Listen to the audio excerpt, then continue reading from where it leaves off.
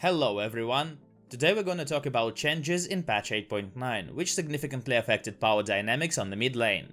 In this patch, Riot decided to change mages' mana management mechanics to give them more freedom during early game, but at the same time making them use their spells more carefully during mid and late game. We will try to assess how exactly it's going to affect mid lane meta as well as the game in general. The most important change in the patch is Doran's Ring reworking.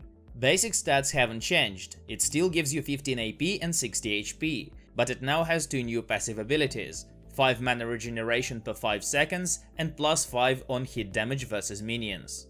It's important to note that those passives are not unique, meaning you can stack Doran's Rings. After patch 8.4, most mid laners bought Lost Chapter when first going back to base. Buying a second Doran's Ring might become a better choice for mages, who prefer early aggression, since Lost Chapter now costs 1300 gold instead of 1100. Don't underestimate the extra 5-10 damage dealt to minions with auto attacks either. That might make lost hitting them when you're playing complicated champions like LeBlanc or Ahri way easier. What's wrong with Lost Chapter though? It costs 200 more gold. It used to be 1100 and now it's 1300. You also have to buy an extra amplifying tome to finish building it.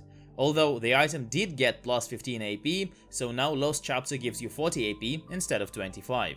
Although buying this item on your first recall might prove problematic because you have to remember health potions and control wards as well. As an option, you can buy Amplifying Tome and Doran's Ring, which will amount to 835 gold. When you go back to base for the second time, you can get Lost Chapter.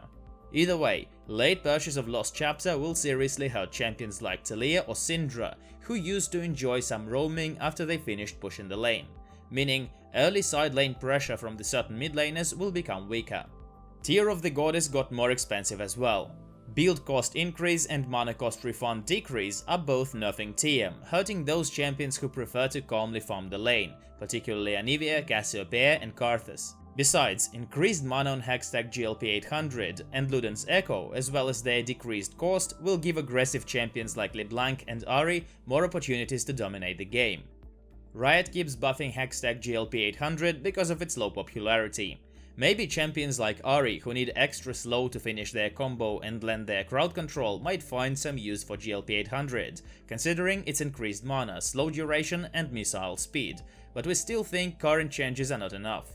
It would be better to either go back to the item's old functionality it had before global changes in patch 8.4, when slowing missiles flew through units, or make missile damage stack, like it happens with Hextech Protobelt. Other major item changes are not as significant as the aforementioned ones. Overall, they're aimed at making major items stronger to compensate for mana regeneration nerf that will make them able to cast spells less often. Riot decided that less frequent but stronger spells are better. Luden's Echo's build costs 100 less gold now. Build path used to require 3 slots, now it's only 2, which saves us some space in the inventory. This item also got 100 more mana. Spellbinder's build cost increase is absolutely worth it because of AP increase, which is now 120. Shifting some of the item's potential from its active to passive will make it more popular on champions who prefer risky aggressive playstyle. It used to be very hard for players to get 100 charges before a teamfight, even with constant fights. Magi's Soul Stealer's changes and Spellbinder's MS increase serve the same purpose, making aggressive risky mages stronger.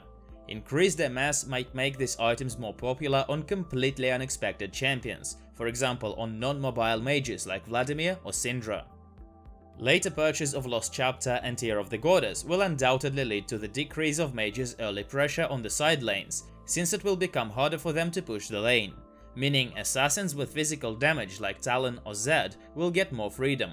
To balance that, Riot also decreased Seeker's Arm Guard's cost by 100 gold, allowing mages to start comfortably playing against AD champions during lane phase a bit earlier.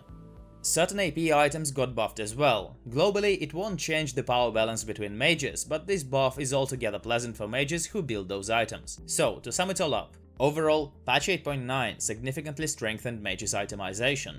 First of all, it will increase the damage mages deal to towers. They can all take towers a little bit faster now, which is a great response to late game marksmen.